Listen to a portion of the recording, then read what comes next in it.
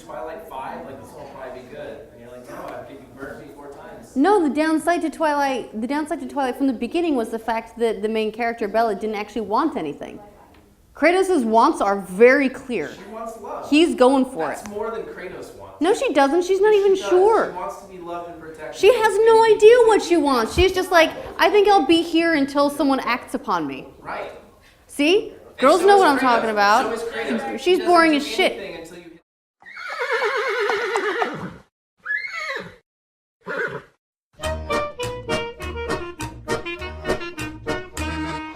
Oh, I'm a gentleman?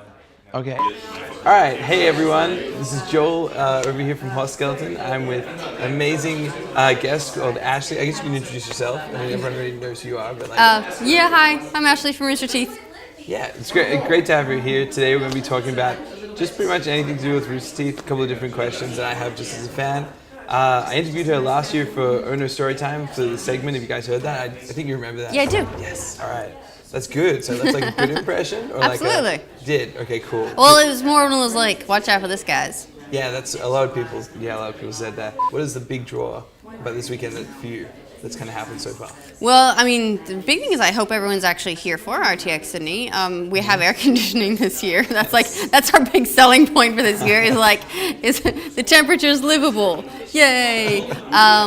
But it's really cool to be one of the first shows in the new convention center. Yeah, it's really one of the first shows. Yeah, you're right. It is because it was just finished. So we were crossing our fingers that it would be finished in time because we knew even at RTX City last year that it was going to be in this venue. Oh, and really? You knew that far back? We did, but they were also saying it's going to be completed like 2 weeks beforehand, like before the event. And we're like, given construction and everything, is it really? And we were worried that we were going to get to Sydney and just like not have a convention nowhere. But it came out really well. This is a great new space. Yeah. It really is. I like everything so far. I've enjoyed except for the carpet, which is a really weird color green. I feel like the carpet's predictive. Yeah. They're assuming that the carpet with this many people moving across it that much sees that much traffic is just gonna kind of get kind of weird. Yep. So they just started off weird. Yeah. I'm sorry. I'm still recovering from that amazing fight you just had. Like, as in not a fight. Oh, well, a beautiful disagreement. That's not a fight. That's like how we talk. Yeah, that was good. That was a good discussion. I'm like, okay, note yourself. Do not piss Ashley off at all. But I didn't piss you off. You weren't really pissed off. You were just goodness, having no. a good That's just how we conversate. The great race. Jeez, I just forgot. Amazing the name. Race. Amazing Race. There we go. Wow. How have you felt since you finished doing the Amazing Race? Like, as far as like kind of recovery, you and Bernie just like going through all you went through during the Amazing Race. How has it kind of panned out? It's the nicest question. Yeah, well, so we recovered. It took us like a month afterwards to like physically recover. Yeah. And it was really interesting once it started airing and we got to see it. There was a lot of the race that we were seeing for the first time as well because obviously we were one team and we were together all the time and we knew exactly what we went through. Yeah. But it was the first time we got to see a lot of what the other teams went through. Oh, so right. we would throughout the race we'd hear now and again, like, someone had like this thing happened and this thing happened, and so we'd hear one or two things, but actually seeing it was a completely different level. Like the team that stopped in Dubai and got out of the car and had a fight and decided to quit the race, and then they didn't quit the race, and so we'd heard one or two things about a minor argument in Dubai, and then so all of that we were seeing for the first time, like, oh my god. So that was it was a lot of fun for us to watch the experience that we'd gone through as well. Yeah. Okay. Yeah. And now, honestly, we've kind of got a travel bug. There's just a lot of places that we'd like to go back to, and we'd like to do a lot more exploring. Yeah. Theoretically, we're also better at packing for travel. Well, Bernie is. I've gone the other direction, and I bring everything now because I can. Compared to like, okay, yeah, that makes a lot of sense. It's kind of like an Uncharted kind of vibe. Like once you get out there and out and about. Mm-hmm. Like, do you have any country that you plan to go to next? Is there like a main? Well, we had both hoped that we would make it to Africa. Oh, cool. And this particular race didn't go to Africa, so we're going to take ourselves. Okay. And we also very much want to go to Antarctica. Antarctica. Mm-hmm. That's crazy. Yeah. I mean, like in a nice way, that's kind of crazy. So we're in Africa. Do you mean like South Africa and North Africa? Just in general? Yeah, I think we just in general we'd like to take Bernie's two boys to the interior of Africa. Probably not jungles, more the safari type stuff. You gotta go to the Kruger National Park. I'm totally serious. Have you ever heard of it before? No. Okay, it's in South Africa. It's the size of like, they always kind of brag that it's the size of Israel as a park. So it's like the whole, Israel versus the park. And if you go there, it's this crazy thing that you can do. I'm just going to total tangent because you just brought this up. No, by all means. Okay, my family have been like going there for years. Like I went there as a kid, and this isn't going to get anyone in trouble. It's just like some advice. You can go talk to the guys who run the gates in the morning. Okay. So like you basically put your car in neutral and you can push your car, or you can switch it on if you want. But the point is you don't want anyone else to know that you're like awake. Get in your car at about 4 a.m. Go up to the gate, talk to the guy, and say, hey, we're from overseas. We've always got out early to see all the cats on the roads, like cats like lions and all the rest. They're napping on the road. Yeah, they sleep on the tar because it's warmer at night. Typical cats. And if you're first out, you get to see them. So if you talk to the guy and say, hey, we maybe give you something, and so you bribe them. Yeah, and you can bribe them with fake Rolexes. It always goes down really well. It's just a kind of a time-honored tradition. And then they open the gate, and you go out, and you like the last time I was there, we saw 7. It was two like mother lions, female lions, and a bunch of cubs, and they were walking around the car. They were chewing. One of them was chewing on the rim of this rental car we had, and so we had like the windows down like kind of this far. Oh, that sounds harrowing. Yeah, it's terrifying but amazing. I just told. Okay, secret trick. It's not that secret anymore. No, well, no. Secret trick between. Okay. Yes, South Africa's really good. Okay, cool. So Antarctica. What do you plan to do on Antarctica?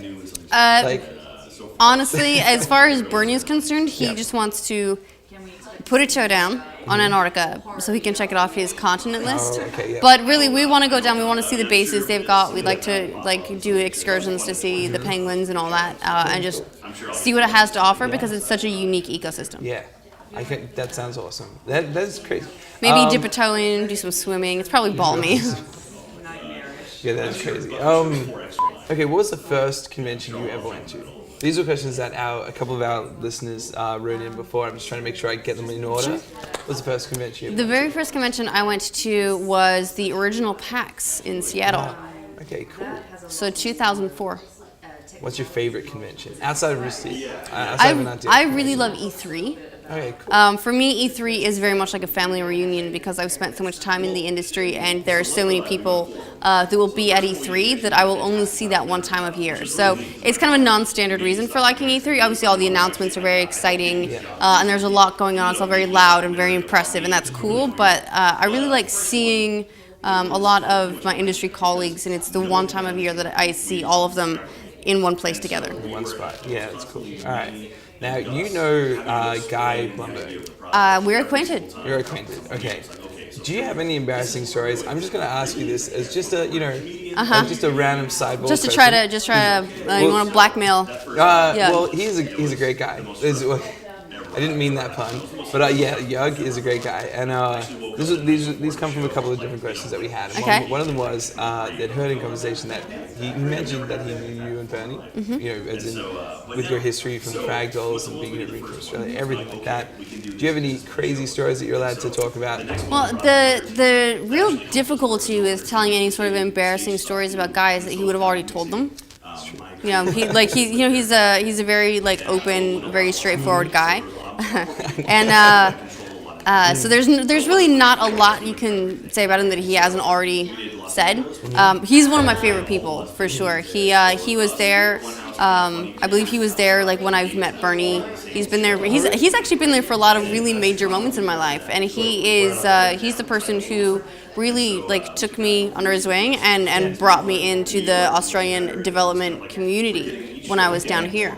That's cool. Mm-hmm.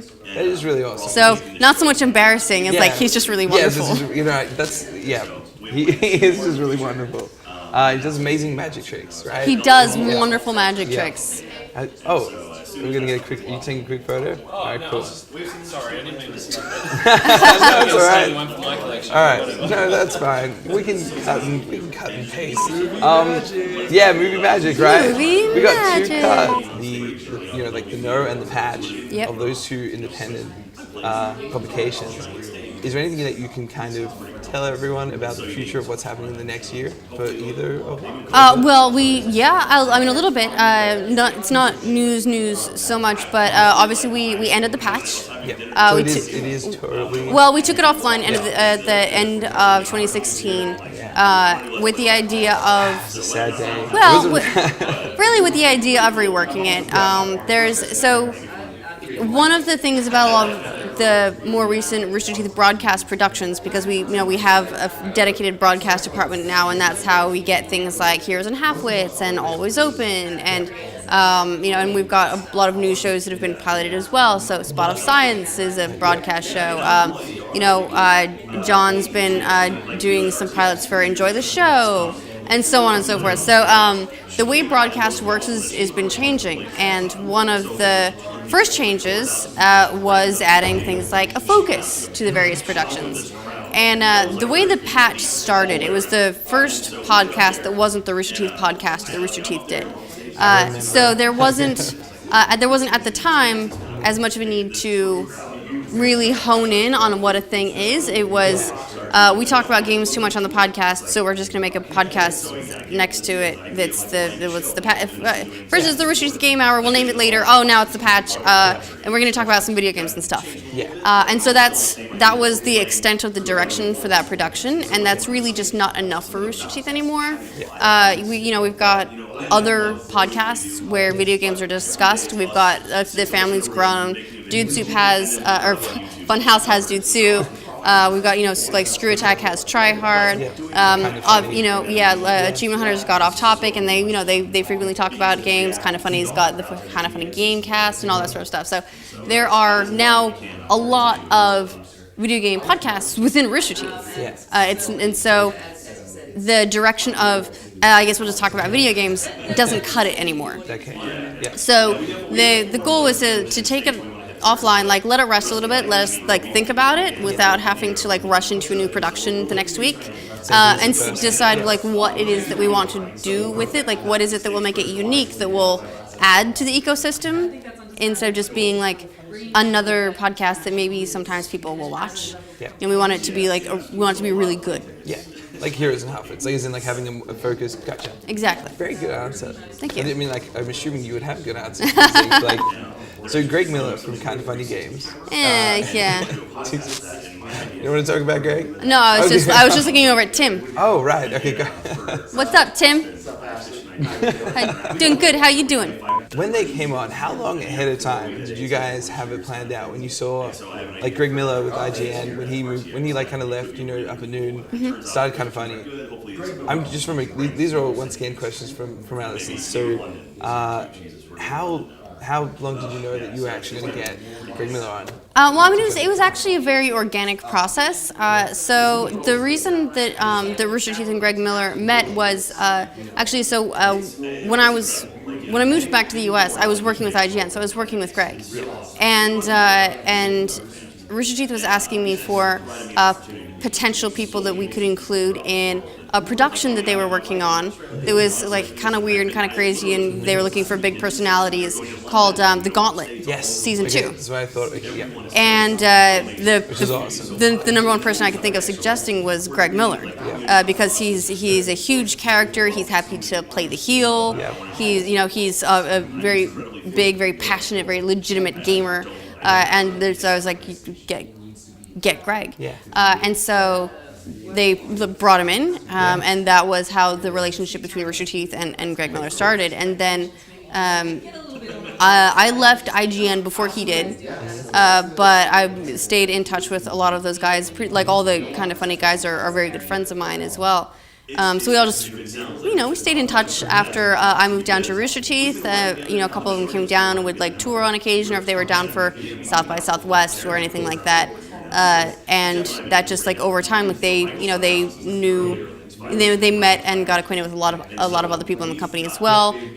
Their personality and their style, their approach to things is really very similar to Rooster Teeth's. Like and they've been acquainted with Rooster Teeth's work for over a very long time, and so it really it made sense. Yeah, it totally made sense. Like it was so exciting to see it happen. Like I've been a fan since like the whole from the very beginning when it was Greg, rosy cheek, like getting angry, like getting sad at the audience, like getting the feedback, like he would be in the comments on YouTube for every episode, and yeah, it was just a great moment. It was a great moment to see that happen because I was kind of worried about, I don't know, Kind of Funny Games was doing well, but I was worried that it wasn't going to do well enough at the time.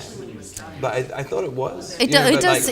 Kind of Funny Games really does wonderful. They like their entire approach to developing content is they value their equivalent of first members, which would be their Patreon supporters, and they do the exclusive content, the early releases, all that sort of stuff. Is very similar to how Rooster Teeth is set up, our entire first community. Yeah. So we know that like Kind of Funny gets it.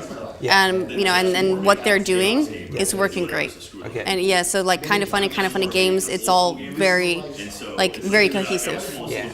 And the last question I have, so these are all, like I said, just questions that like, we've got a bunch of different listeners from all over who listen to a bunch of different podcasts, different content.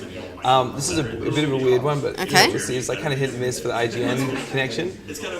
So because you worked at IGN, and you knew Greg, and you knew a lot of people from IGN, did you ever come across like kind of Brian Altano and Yeah, I love Altano. Okay, that was the main question. Is Brian Altano a great guy?